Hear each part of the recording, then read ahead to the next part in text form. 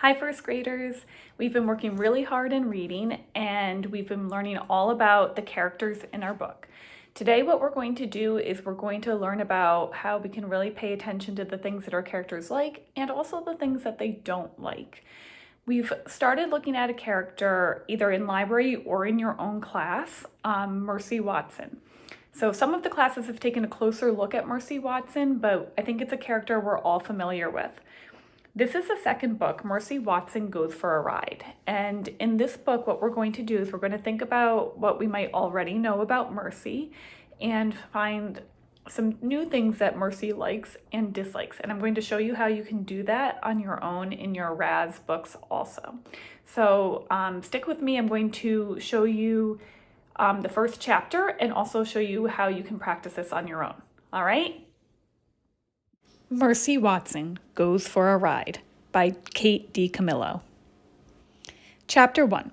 Mr. Watson and Mrs. Watson have a pig named Mercy. Every Saturday, Mrs. Watson makes a special lunch. Time for our little Saturday something, Mrs. Watson says. You've outdone yourself, Mrs. Watson, Mr. Watson says. Oink, says Mercy. Every Saturday after lunch, Mr. Watson goes outside. Mercy follows him. They stand in the driveway. Together, they admire Mr. Watson's convertible.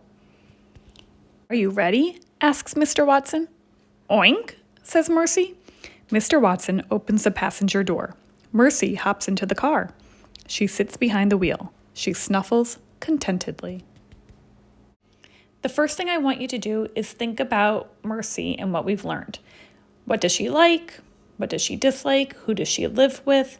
Any new information? I knew that Mercy already liked hot butter toast, and I can see that in the picture. But now I'm learning that Mercy also likes going for rides in the car with Mr. Watson. So that's some new information that I've learned already. On your own, find a book in Raz with the character. Make sure you're in the section where you're reading on your own, not in the section where it's reading aloud to you. Take your time reading the story and really get to know the character. As you're reading and you find something interesting about the character, I want you to click the notebook in the corner. It's highlighted in yellow in this picture. Once the box opens, you can click on the Reflections tab. You can share anything that you've learned about your character, things that your character likes or dislikes, things that your character likes to do, or places that your character goes. Once you've done that, you can close the box by pressing the arrow in the middle. Be sure to complete your story by hitting next and then done. Once you've hit done, it will be submitted to your teacher. So I want you to try this out in your books this week. Give it a few tries and you'll get more comfortable as you do it. It's a new skill for us, so definitely take your time, follow the different steps, and let us know how it goes.